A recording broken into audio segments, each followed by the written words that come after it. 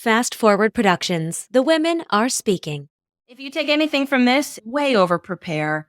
Really think about how you're using someone's time. Show up ready. Show up with all of the things that you need to do your job well or to use someone's time well. And don't just ask people for advice. Come in with a plan.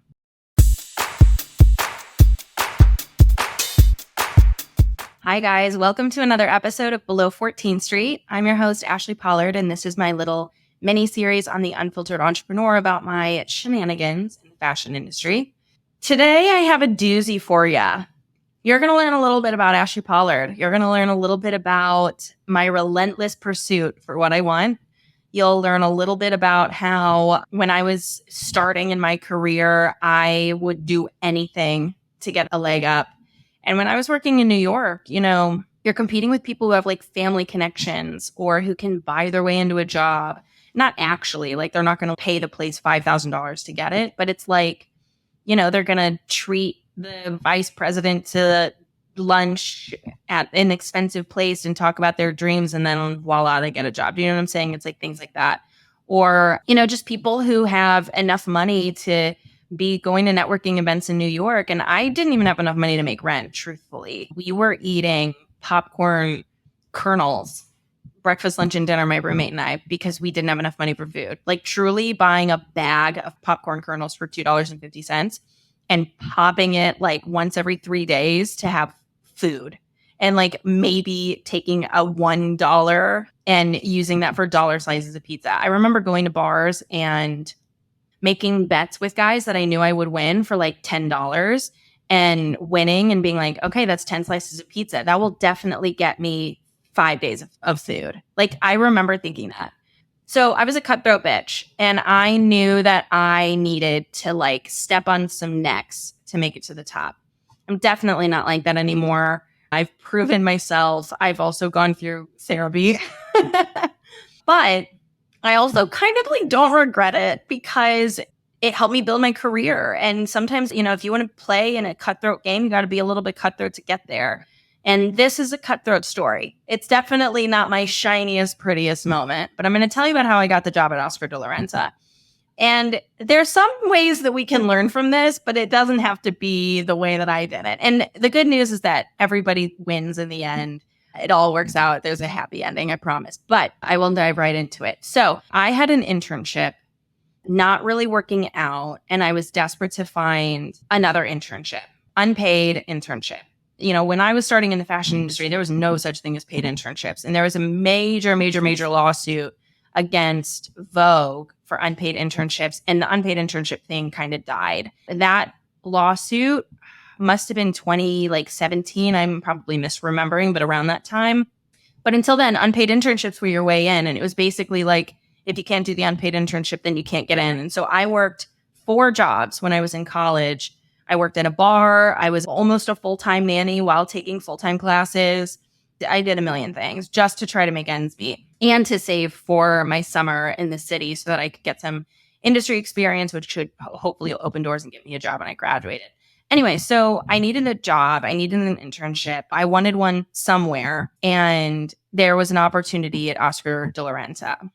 And so I called and they were not getting back to me. They were not like, yeah, we'll get back to you next week. Yeah, we'll get back to you next week. Yeah, we'll get back to you next week. And I was like, time's ticking, man. Like I need Oscar de la Renta on my resume. We got to make this happen. So I called them and I said, hi, I have an internship interview.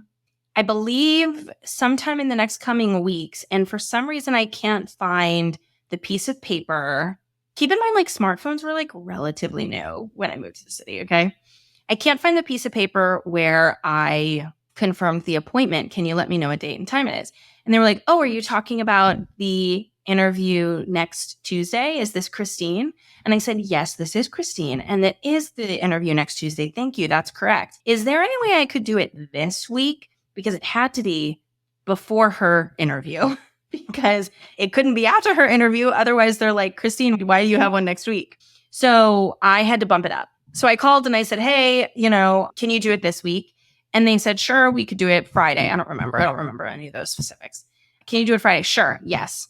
So I'm like, okay, I'm going to go in and get this internship. I'm going to pass with flying colors. I'm going to get this internship.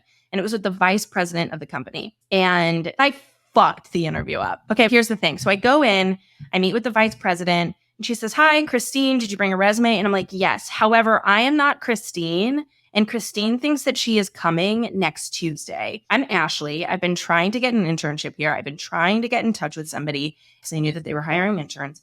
And nobody's getting back to me. So I called and I asked if there were any upcoming internship appointments. I said that I was Christine. I had it moved to this week. I took full responsibility. Like, I was not like, yeah, I'm Christine, but people call me Ashli. Like, no, I fully told her the situation. And she was like, "I'm obsessed with that tenacity. Like, you're in. Let's talk." And it's funny because Christine, I was like, please keep that meeting with her still. Because they needed like a team of interns. Like, they needed a decent amount. I was like, please keep that interview with her. I fully took her spot. I just needed your attention. I wasn't trying to like, rid her of an opportunity. She came in, she got the internship. We worked together on the same team, which is so funny. She thought it was funny. It worked out for both of us. We didn't really care. So yes, I kind of stabbed her in the back, but it worked. It worked. It all worked out. A little bit cutthroat. And I think what this goes to show is that like sometimes like bend the rules a little bit, and don't do it in a way that hurts someone else by any means. Like, I definitely shouldn't have done that. But I think that there is something to be said about being a bit tenacious. If there's someone that you want to work with who owns a local gym and you know that they always go to breakfast at this one coffee shop, maybe you go and randomly sit next to them at the table, you pull out your laptop, and you're like, "Oh, what a crazy work day." And they're like, "What do you do?" And you're like, "Oh, I do social media for local gyms." And they're like, "Wait, we need social media." And you're like, "You do? That's so weird that I just sat here and told you that." Maybe get a little bit creative and see what you can do to get in front of new people. So that was definitely a lesson that I learned. So I'm going to tell you the story, since we do have some time, about how I actually almost completely fucked up my opportunity there. Now, this is a little bit of a backtrack. It's a little bit of a rewind, because I knew that they were hiring interns that summer because the summer before I had spoken to the vice president. I posted on Facebook and said I needed an internship. My friend wrote me, one of my guy friends wrote me and was like, "Hey, my aunt works in New York in fashion, but she works at a brand that I've never heard of. So you can reach out to her and see if she could give you an internship." I'm like, "Great. Where does she work?" And he's like, "Oscar de la Renta." Like, my guy, like, guys are so, I mean, granted, it was college, it's Missouri. Like, no one knows Oscar de la Renta. That's fine. I think they do now, but at the time, no one did. So I'm like, "What are you talking about? Like, your aunt just like randomly works in the fashion industry and you weren't going to tell me that, like, at Oscar de la Renta?"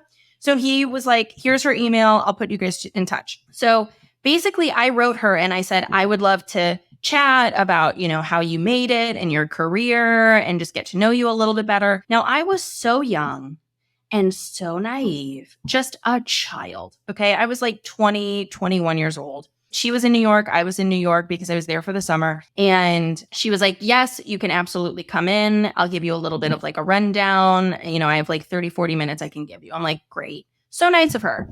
And I'm over here thinking, she's a Midwest gal. I'm a Midwest gal. She's probably super sweet and nice. And we're just going to chit chat. And she's going to be like, "You should do this and you should try this." And she's going to have my back. And like, now my biggest supporter in New York is going to be this Oscar de la Renta president. And keep in mind, this is before I interned there. The reason that I knew that they needed internships is because of this meeting. Oh, embarrassing. God, I can't believe I'm telling this story. So I go into the Oscar de la Renta office. I sit down with the vice president and I totally fucked it up. I sit down with her. I'm wearing like a Forever 21 dress, which is fine. I don't have a notebook. Like, I'm just like, we're going to chat. We're going to be girlfriends. "Are you okay? Are you okay, Ashli?" Like, no, that's not how this works.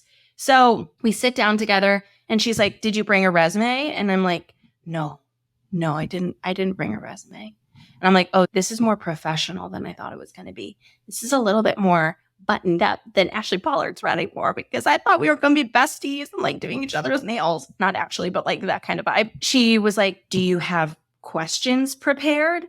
And I was like, "No, but I have questions." And she was like, "This is so embarrassing for you. You came to the meeting without a resume, without a notebook, with no questions prepared. I'm the vice president of one of the most influential American brands of all time. And my time is expensive. I gave you 30 minutes and you couldn't even be prepared. How do you think you're going to make it in this space? And I was like, okay, I'm deer in headlights. I'm like trying to keep it together. I'm not much of a crier. I just was like shocked, right? So I'm like, oh my God, oh my God, oh my God, oh my God, oh my God, what am I going to do? And so I collect myself. I think she realizes like, I just like freaked out this 20-year-old. She's doing the best she can, man. She's fighting for her life over here. And so she said, here's the thing. This is embarrassing. You can never do this again to anyone else. Never go to a meeting without a notebook. Never go to a meeting and not take notes. Never go to a meeting without a resume ever again. And I was like, absolutely. And she said, same time tomorrow. Let's act like this didn't happen. And tomorrow will tell me if you can listen. And I was like, great. I go back. I'm like, holy shit. What the fuck was I thinking? Okay, we've got to put it together. And so I thought I could do one of two things. I could go in tomorrow super apologetic and tell her about how much I respect her and da-da-da-da-da. Or I'm just going to take her advice. Let's act like yesterday didn't happen at all. I'm going to get super prepared. I'm going to walk in like I own that room.